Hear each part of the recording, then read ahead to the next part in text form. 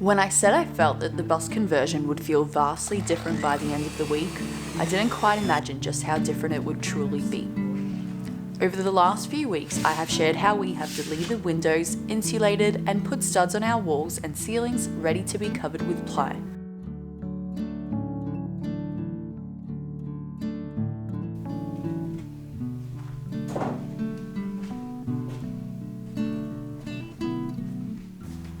This week, as with most, we have had a range of jobs that we have been doing to prepare. One of them was beginning to sort through and take out the wires that were bulky on the side of the bus that were not needed anymore. Sam and I spent a bit of time sorting through them to get rid of the wires that used to go to the emergency exits and the lights that we no longer have.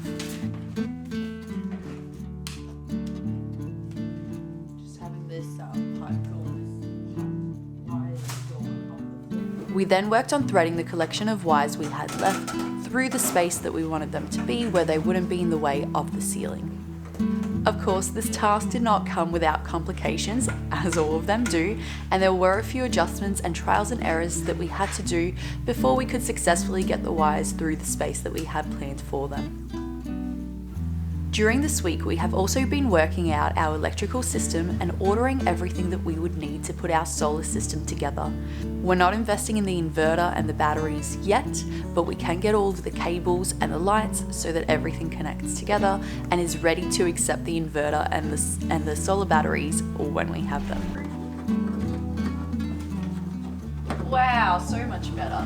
What we have been noticing is that a lot of the videos that are created by American creators and are so informative don't always apply to us here in Australia, as our voltage is different in all of our appliances. I think they have 110 voltage, while a lot of our appliances are about 240 volts.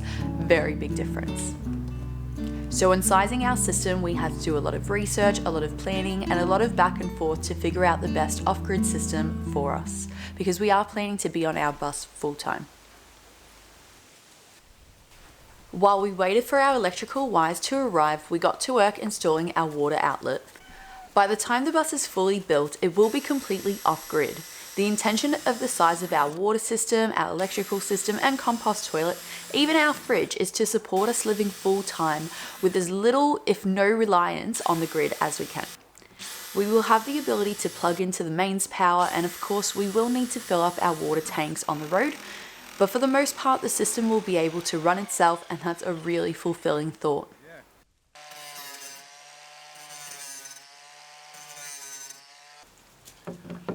Oh! Yes. There we go. Woo! Put water in it. Put water in it now. It's not plugged in. Oh. Rude. Just grab onto this and just keep pushing and twisting with both hands. Yep. You can twist more. No. The hose is a bit too rigid, so that's where it wants to sit, like that, far out.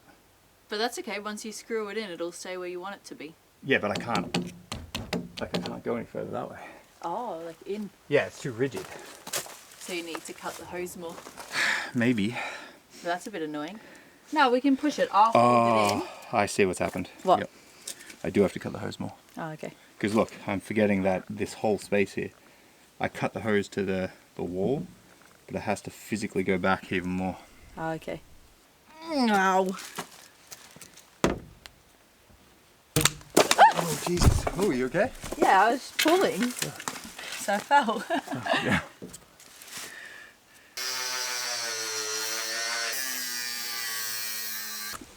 It's not moving anymore. Whether I just don't have grip with my gloves on. Okay, I'm just going to do this. There we go.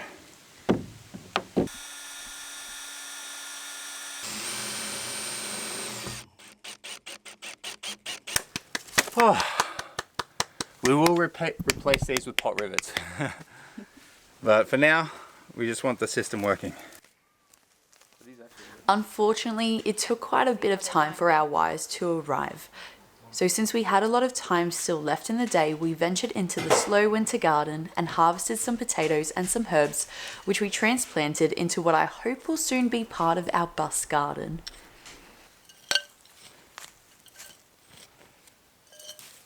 This is like one whole plant. Yeah, it is. You just want to kind of see like the rosemary here is one plant, but I can pull that out. Yep, I see what you And it becomes, I have the ability to root it.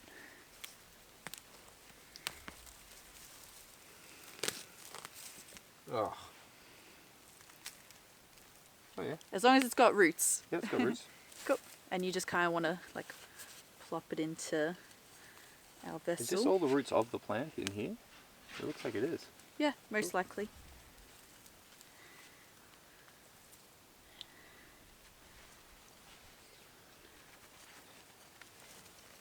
Do leave some space at the top because I'll add some fresh compost to it. Cool. Oh, is this too much? No, it's perfect. Perfect. Well, we can probably grab a couple of them. Yeah. Get in there. Yeah, buddy, get in there. Oh, snap that one. Well, okay. They can survive inside, right? Sure. They'll only die a little bit.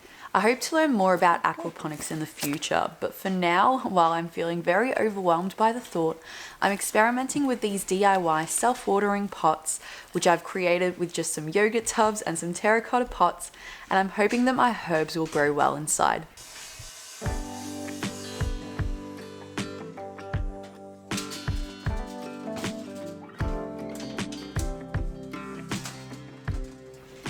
The big job on the bus this week is starting to cover our walls with ply.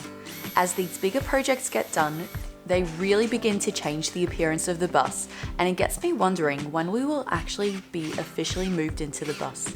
So when do you think the bus will be complete to the point where we can comfortably live in it? Take your guesses below in the comments. I'm curious to know what your thoughts are.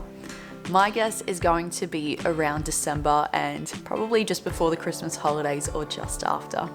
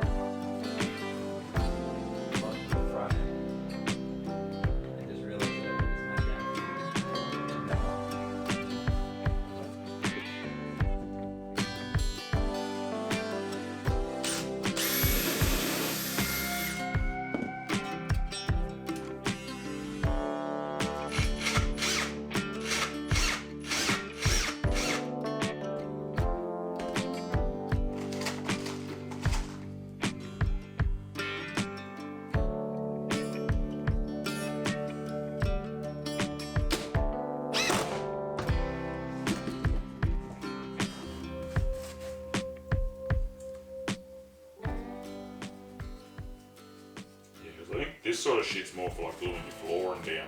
Yeah, that's right. It's just like the ply. I'm not. Yeah, It just needs to do something. A little bit of something. extra hold. Yeah, exactly.